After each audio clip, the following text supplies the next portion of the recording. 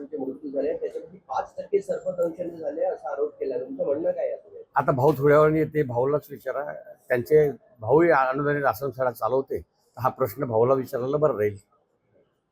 की वडेट्टीवारांचीच आश्रमशाळा आहे, त्यांना विचारा काय झालं. असं आहे, आता उईके काय बोलले त्यापेक्षा गेल्या 2 वर्षामध्ये 542 आदिवासी आश्रमशाळामध्ये 542 मुलांचा मृत्यू झाला. त्याला जबाबदार कोण? का झालेत? 5% मृत्यू सर्पदंशाने झाले. मग त्या संस्थेवर कारवाई का केली? तुमची यंत्रणा काय करताय?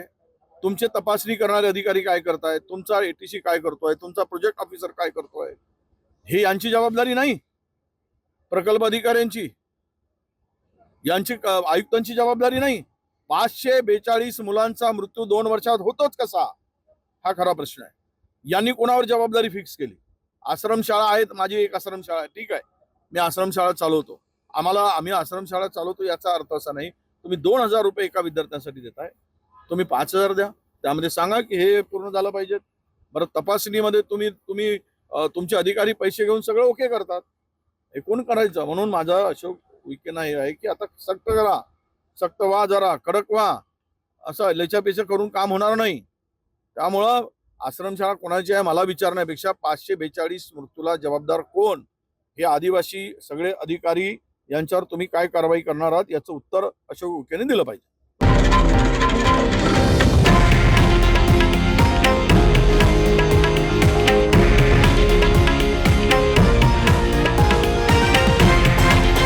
हे आहे देशातील नंबर 1 न्यूज नेटवर्क आणि आपण पाहत आहात TV9 मराठी, एकमेव.